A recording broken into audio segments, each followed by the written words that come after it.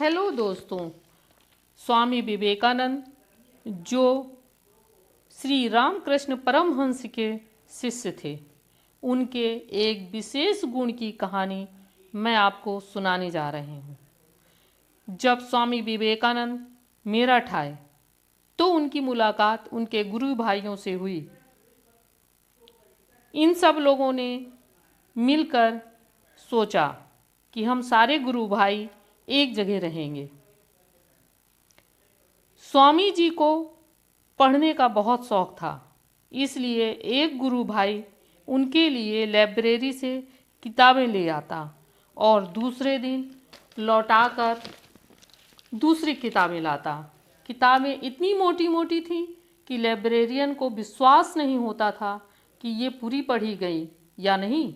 इसलिए उसने कहा कि तुम्हारे स्वामी जी किताब पढ़ते भी हैं या पढ़ने का स्वांग करते हैं। जब स्वामी जी को इस बात का पता चला तो वे स्वयं लाइब्रेरी गए। लाइब्रेरियन से बोले, मैंने किताबों को अच्छी तरह पढ़ा है, अगर आपको संदेह है तो आप किसी भी किताब से प्रश्न पूछ सकते हैं। लाइब्रेरियन ने ऐसा ही किया।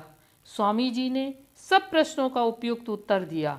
वह चौंक गया और सोचने लगा, क्या ऐसा भी संभव है?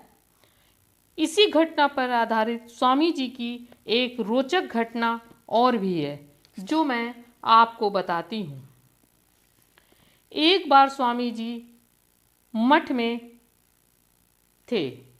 मठ में इंसाइक्लोपीडिया ब्रिटेनिका का पूरा सेट आया हुआ था। वह सब स्वामी जी के कक्ष में रखा गया। उनके शिष्य शरद चंद्र चक्रवर्ती ने कहा, इतनी पुस्तकों को पढ़ने के लिए तो एक जीवन भी कम पड़ जाएगा। यह सुनकर स्वामी जी ने कहा, क्या कहा?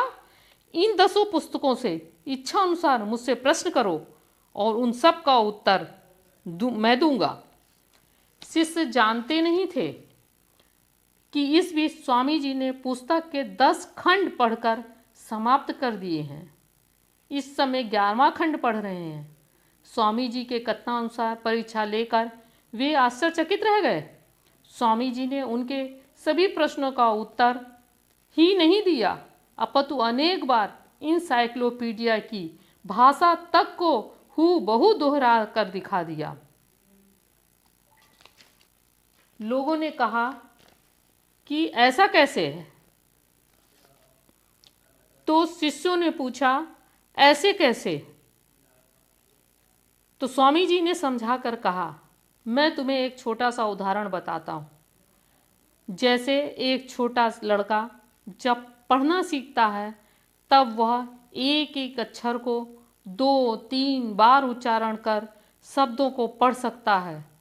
तब उसकी नज़र एक एक अक्षर के ऊपर रहती है। निरंतर अभ्यास के बाद वह एक दृष्टि में एक वाक्य पढ़ सकता है। इसी प्रकार क्रमशः भावों को ग्रहण करने की क्षमता को बढ़ाए जाने से एक दृष्टि में एक पृष्ठ भी पढ़ा जा सकता है। वे इसी तरह पढ़ते हैं। स्वामी जी ने और कहा कि यह सिर्फ अभ्यास, ब्रह्मचर्य और एकाग्रता का परिणाम है। कोई भी कोशिश करने में सफल हो सकता है। दोस्तों, अगर आपको ये मेरी कहानी पसंद आई हो तो लाइक करें, शेयर करें। धन्यवाद।